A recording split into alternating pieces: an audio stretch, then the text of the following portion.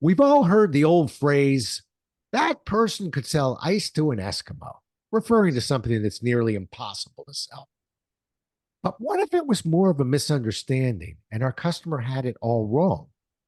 Let's have ourselves a pocket sized pep talk because these types of misunderstandings can limit our ability to sell, if not destroy great ideas. We're going to feature a classic misunderstanding that I'm willing to bet most of you have made with today's guest and her approach to selling it. Curious? You should be.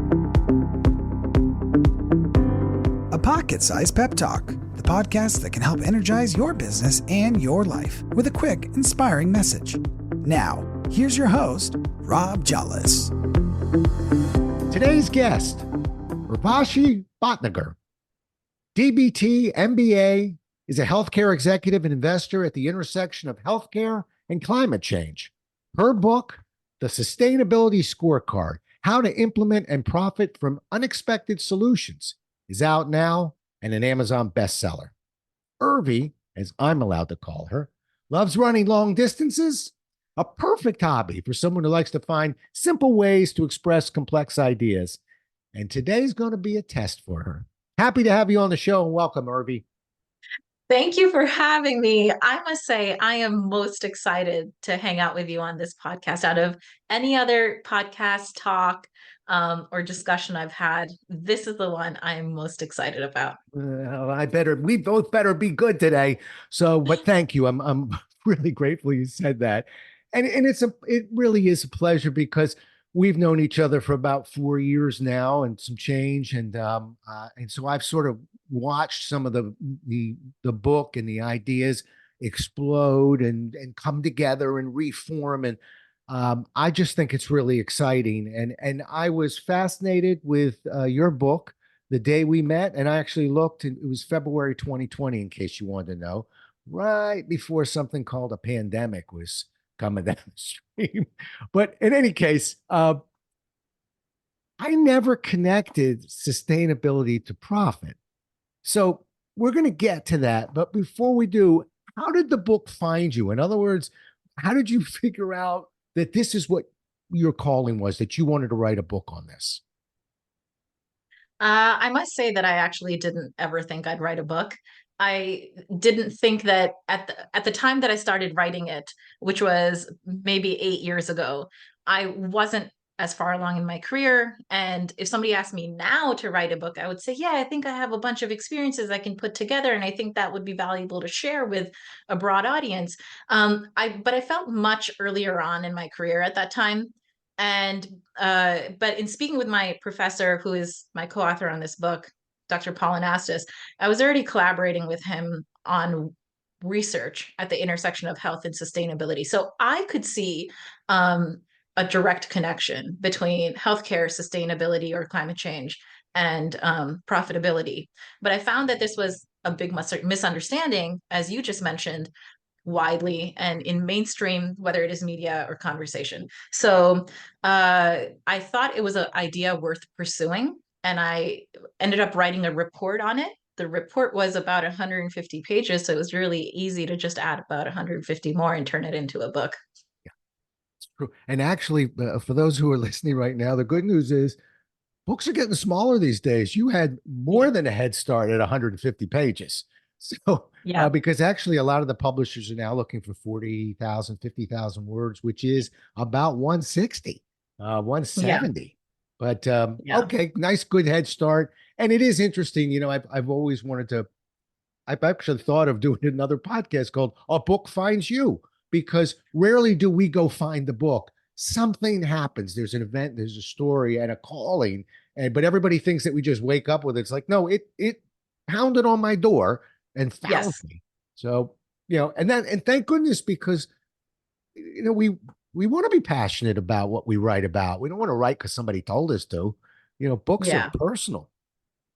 They are deeply personal. And I remember, actually, I would love to mention this. So I have been trying to sell this idea, or this book, which is a complex idea and a misunderstanding broadly, to publishers. And I think I have an Excel sheet where I'd sent like about 150 or 200 emails by the time I'd even come across you, Rob. And I remember you and I hung out over coffee, and you said, this is going to work. You are going to sell this book. We're going to do this together. And I think one of the first people outside of my close inner circle that had been involved even with this manuscript was you. And you saw that there was this big misunderstanding. And you are one of the big reasons that it came to life. So the book knocked on my door, as it does for many authors, as you mentioned, but I think it came to life because of you. No, thank you. I do remember that. We sat out there at, we'll give him a plug. We sat out at a Panera Bread, and I thought, and that's really the theme of today. I thought, well, you had me at hello with sustainability. I don't have an issue with that, but you kept mentioning the word profit. And that's what made me put my coffee down, as we say in sales. So maybe talk to us. We'll talk about selling it in a second. Make your case a little bit, as you did that day for me and as you did to the publisher, because you sold that book. How do you make a case, if we can do this in kind of a quick and easy? Pretend you're on a training for a marathon right now, okay? Quick and easy. How do you make a case for profit? Because I think most businesses understand it's the right thing to do, but the profitable thing to do? Yeah. So what I like to say is that sustainability can be really profitable, but we need to design a really rock solid business case for it. And so instead of getting allergic reactions to the change management that's going to be required, or the capital expense and the whole entire upheaval, I prefer to actually look at corporate strategy. Who are you trying to be in the next 50 to 100 years? Once we know that, we realize, oh, your target audience is going to be different. They're going to have different requirements. They're actually already probably speaking to you right now because the voice of the customer has never been louder. So when you start looking at the product specs that your audience wants, perhaps the Gen Alpha that's currently controlling 10% of America's wallets, American parents' wallets, or even Gen Z, you can see that they're demanding different products, and you would have to change your products and processes to meet that demand anyway. So when we start going back and then you start looking at product design, that's actually the best, most cost-effective place to say, okay, how do we innovate out certain things that are unsustainable or that this audience doesn't want? And this gives us a great excuse to redesign the way things are being produced. Yeah, brilliant, by the way, because I love what you said there. Although how many years were you talking about in the future? 50 to 100, but Yeah, you know, I'm usually 3 to 5, by the way. But the point being that, for people who are listening, particularly the salespeople, how many times have you asked your client, where are you going to be? I think 100, 150 is a little big for many of us, but even where are you going to be in 5 years, 10 years? Now answer the same question I just asked you. And I'm sure that the answer would change. So just getting people to stop looking, in front of their nose and just get a little bit further, to me, makes a lot of sense. And I think it's the first step we have to make when we're asking people to look past the obvious, look a little bit deeper. Let me just, it's funny. I was always fascinated with the sale of your book too, because we tried a few things and you were knocking on some doors. So, and I want to, we may have different opinions because I watched that sale unfold. You had to make a sale to a publisher. Tell people how you tried to do that, the game plan that you tried to follow. And don't worry about getting too detailed. Just what was what do you think your main selling point was to get that publisher on the hook? So the main selling point was to help them understand that there was a ready audience right now that was interested in the book. And actually, this takes us back to your previous point, which is really important. So, corporate strategy is something that is durable. And so when I would talk about corporate strategy, it's really common to talk about corporate strategy as like the North Star of your firm. That's probably not going to change too much, whether you're talking about 5 years, 10 years, 20 years in the future. Who a firm is when they go to bed at night is probably not going to change so much. But what will change is how they operate and who these new products and solutions will go out to. So publishers also wanted to understand, well, how many books do you anticipate selling in the next quarter or in the next year? And then long-term sales, what does that look like? Is this going to be part of curriculum? So I developed a plan that was short-term in nature. And by short-term, I mean a couple quarters and then taking a 1 year, 5 year outlook, and demonstrating our plan to embed this in coursework and that kind of thing, which is actually some steps that are currently underway. So thankfully we've progressed along that plan, the talks that we had intended to do and that kind of thing. But all that to say is that we provided a realistic forecast for who this book was going to be and how it would live beyond itself once print was hit and no other edits could be made. And that was ultimately what enticed them to believe in us. It sure did. And the interesting thing was, if I could let people behind the curtain a little bit, is that we had to adjust. And because that wasn't the first answer we were getting. And, welcome to the world of publishing, by the way. I don't think I've ever met somebody who said, yeah, I sent out a proposal and got a book deal. There's some adjustment that needs to be made. There's a learning curve. And it's funny, when you made the adjustments that you're describing and were able to articulate that verbally and in your proposal, you didn't have one, you had two offers.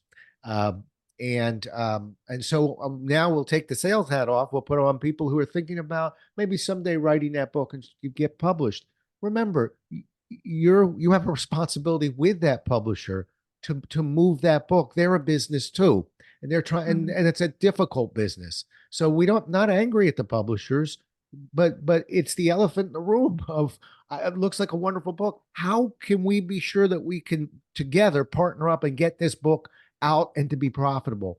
You answered that equation, and the rest is history. So that's why I asked the question, because I was really proud of the fact that you were able to kind of retool, go back in and get it done. And so for those who struggle, that's the way it's done. Did I have it right? Absolutely. Absolutely. Good. All right. Let's push on then. All right.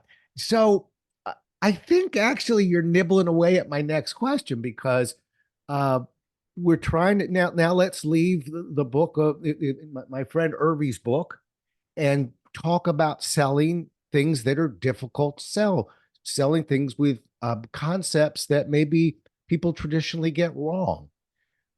If you're talking to a sales team or somebody in sales, and we have that, sometimes we have products that just a lot of misunderstandings around it. Another thought or an idea of maybe something, and maybe we have to get a little bit more generic, so we'll leave the book world, but a tip or two maybe to somebody who's trying to sell something that also has kind of a given assumption, and that assumption may be wrong. Any thoughts or ideas for those people? And I'll jump in too. I'm with you on this one. You go first. Awesome. Yeah.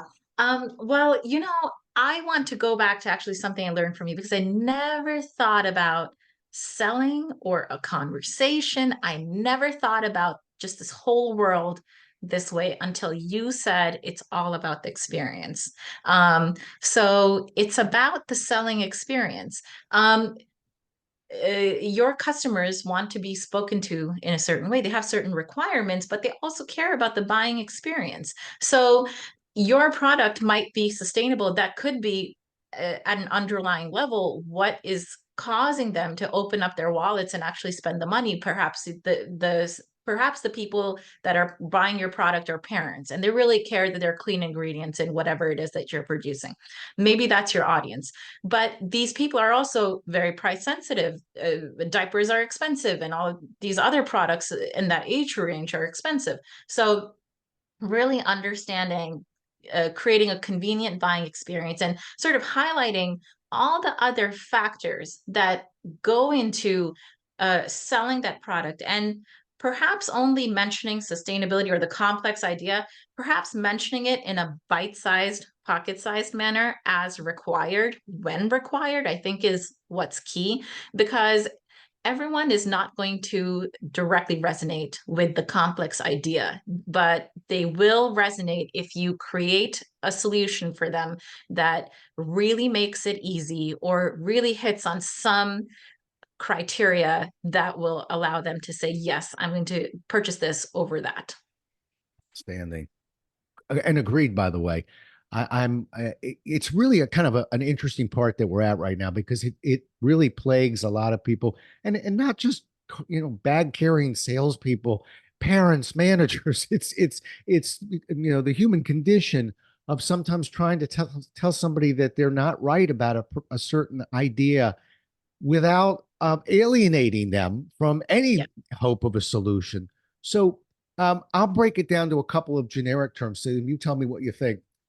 First of all, and it's an oldie but a goodie, and we didn't have to deploy this one, but I think you have to deploy it, not with a publisher out there. The classic feel, felt, found, which is, have you ever heard of that one, Irvi? A feel, felt, found? No, I didn't. Okay. No. So if I did it around your topic, for instance, I would say something like this. When somebody says, well, we think it's a great idea, but we're really focused on profit right now, and that's going to cost us more money. Obviously, I want to say, no, it won't. But that now I'm antagonizing my customer. So to say, a lot of people feel the same way you do. When they look at something like this, the initial reaction is, this is going to create an even bigger drag or drain on our budget. And I have to tell you, I felt the exact same way when I first started looking at it. I thought, such an important thing we need to do, but it's going to impact profit in a very difficult way. But what we found was, once we started, and bang, here's where you start delivering the facts and the figures, but you've cleared the way and even thrown an empathy piece in there. And it's amazing how you can sort of diffuse the emotion with lots of people feel the same way, add a little empathy with, you felt that way too, and then get at your answer. The problem is, a lot of times we want to get at our answer and we haven't really cleared up what's in front of it. So that's actually referred to as a feel, felt, found. And I throw it on the podcast probably about once a year. But anyway, so that to me, in short term, would be a quick move. The other one is that you did, and you do in your book, by the way, because I love your book, is that sometimes we're not really getting at the real objection, and because we don't understand the real objection. And so a lot of times it's two ships kind of passing in the night. You think of it this way, I'm telling you that way, but maybe I stop and do what I would do if I really cared about you and wanted to just get more information and let you talk more about that profit, and about where your feelings about that and other experiences you've had. And maybe, just maybe, we can find out, and it's frequently, by the way, it's more of a misunderstanding than a drawback to the idea. But we have to let people talk. We can be right, but never sell anything. So exactly. So a couple thoughts on that one. I told you I'd jump in on this one with you. No, but I think that's hugely important, because what you're getting at is, when you have a complex idea, you would hope that you become a co-conspirator in the sale with your client.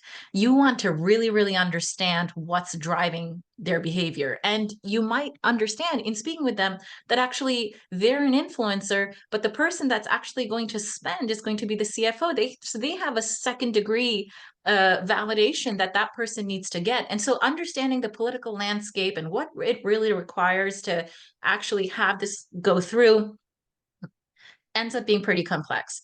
And so I think, to truly disseminate misunderstandings, and to truly have something create the effect that is intended, we need to move beyond being collaborators, and we really need to co-conspire with our clients. And I think listening really well, as you just mentioned, and really, really understanding their environment is just the first step in doing that. Isn't it funny how we can have a conversation about almost anything, but if it involves two human beings, somehow listening gets put on the table, which we all go, oh, there's listening again, except none of us really do it very well, you know. But I don't think I can go a day where at some point we ever, oh, yeah, I need to listen. I forgot to listen. He's not listening. It's such a basic human principle. And I wish there was a more impactful way of getting people to never forget how important that is. Uh, as a trainer, and I know you teach in your workshops, as a teacher and a trainer, the second most important piece for us is ask questions, which again, Yeah. we all know we're supposed to do. What we struggle, particularly when we think we know the answer. But there's actually an exercise that I run in a lot of my workshops where that I can sort of, I don't want to say trick them, but it's a misdirection play. But the old saying, what we hear, we forget; what we see, we remember; what we do, we learn. I get them to do something where they realize the impact of their questions, and I can speak to people 10 and 15 years later who will remember the exercise.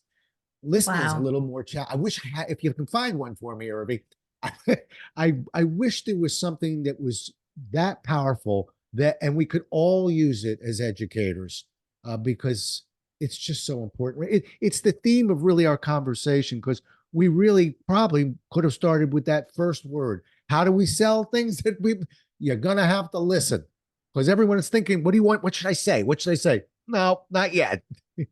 We'll get there. First, you're going to need to listen, right? Yeah, I wish absolutely. politically more people would do that too, right?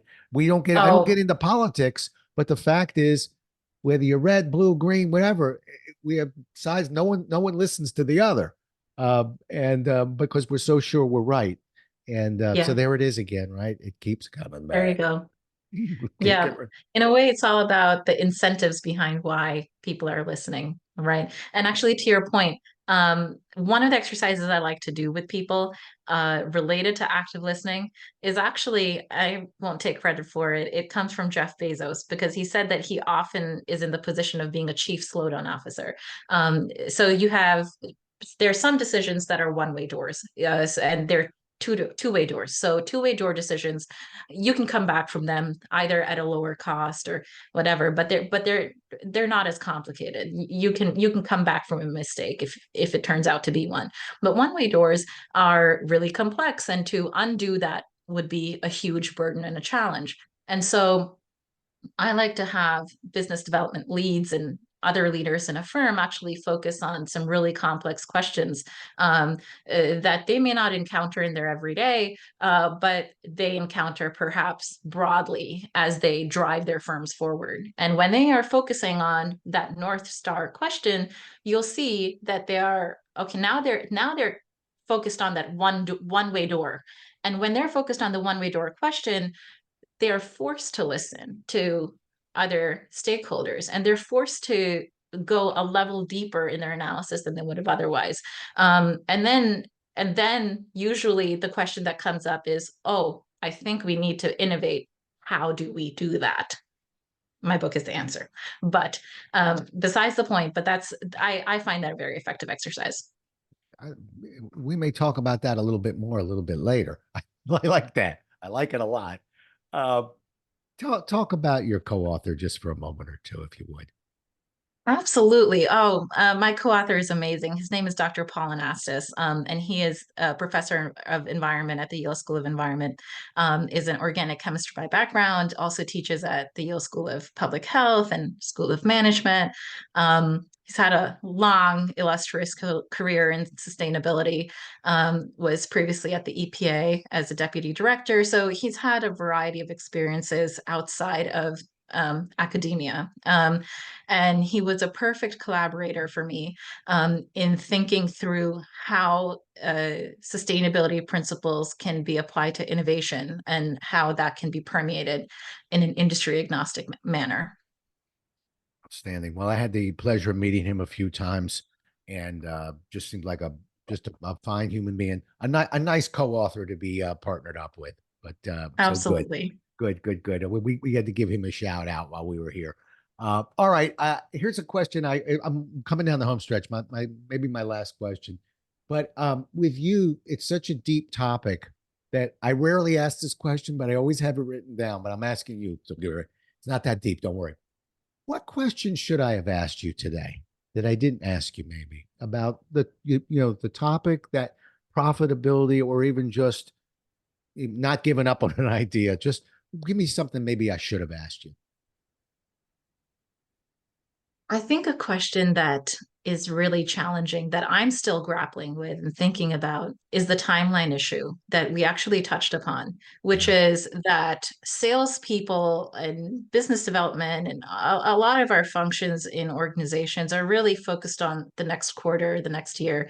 And if you have really rock solid firms that even in a down year have some kind of recurring revenue with a legacy client base, and they know that they'll tide that year or 2 years over.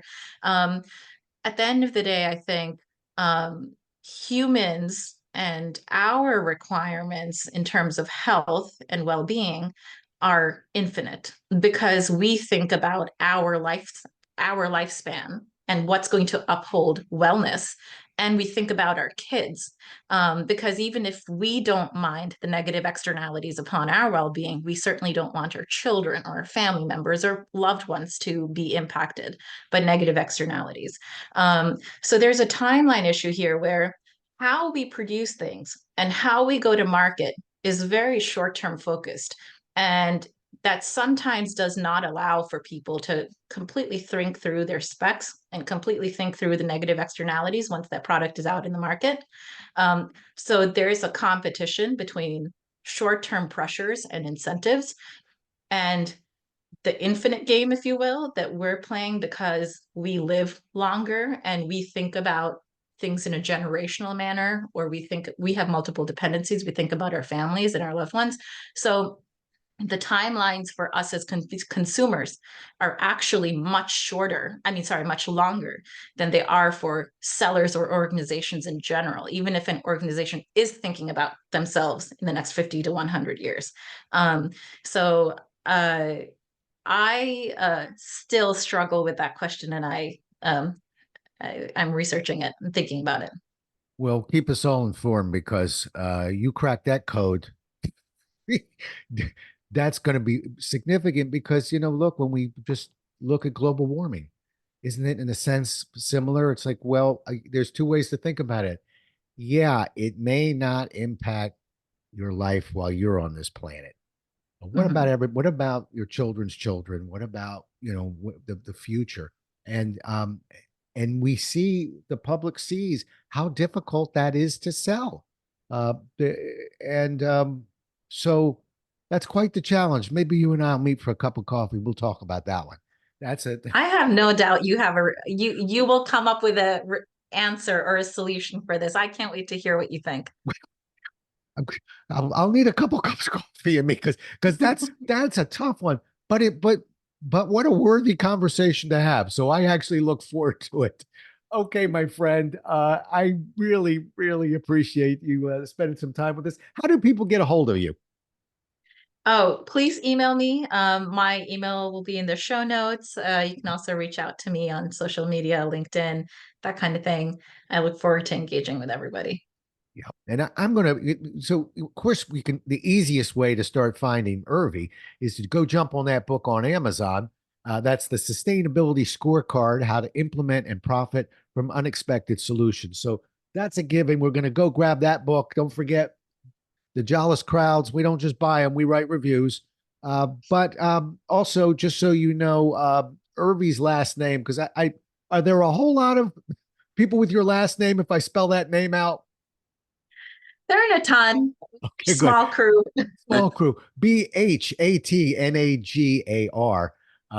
So find her on LinkedIn. Go ahead and grab that book. I'm assuming there's contact information in the book. So that'll be another reward for getting the book. Okay, good. Well, you've done it again, Irvi. It's always nice seeing you, talking with you, catching up.